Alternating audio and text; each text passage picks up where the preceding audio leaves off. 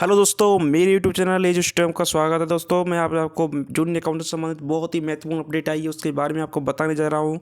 अभी अभी जो आलोक राज जी है, आरएसएसबी के अध्यक्ष हैं, उन्होंने अभी भी ट्वीट किया है कि जूनियर अकाउंटेंट एग्जाम में पहले आपको 2 बार मौका दिया चुका है फॉर्म एडिट करने का। तो इस बार अब तीसरी बार आपको मौका नहीं दिया जाएगा, क्योंकि पहले ही उन्होंने सीईटी के समय जो फॉर्म भरे थे सीईटी के, उस समय भी आपको फॉर्म एडिट करने का मौका दिया था। उसके बाद में जो जूनियर अकाउंटेंट के फॉर्म भरे गए थे उस समय भी आपको मौका दिया था।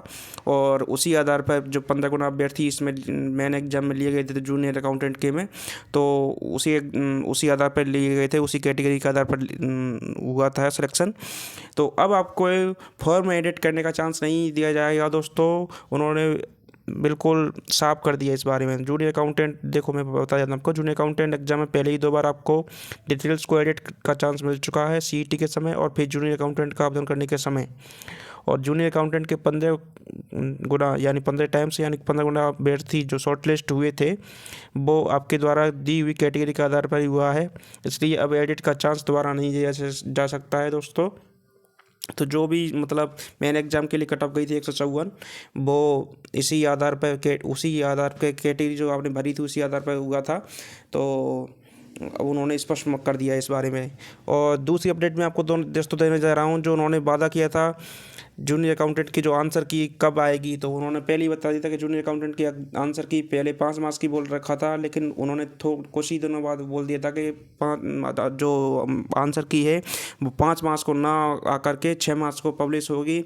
तो आज दोस्तों 6 मार्च ही है और देखते हैं शाम तक आंसर की जारी हो जाएगी। और कोई भी जानकारी होगी तो मैं तुरंत आपको फिर से अपडेट करूँगा दोस्तों। उन्होंने पहले बोलते हैं जूनियर अकाउंटेंट एग्जाम प्रोविजन की 5 यानी 5 मार्च की जगह 6 मार्च को पब्लिश हो गई, तो आज 6 मार्च आ चुकी है दोस्तों।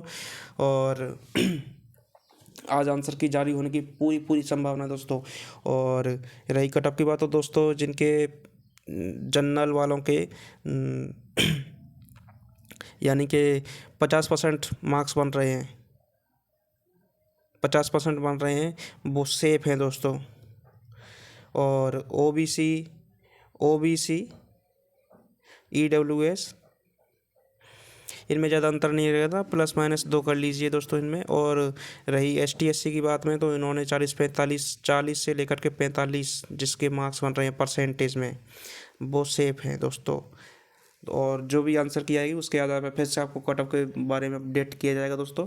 तो धन्यवाद दोस्तों, आज के लिए इतना ही। थैंक यू दोस्तों।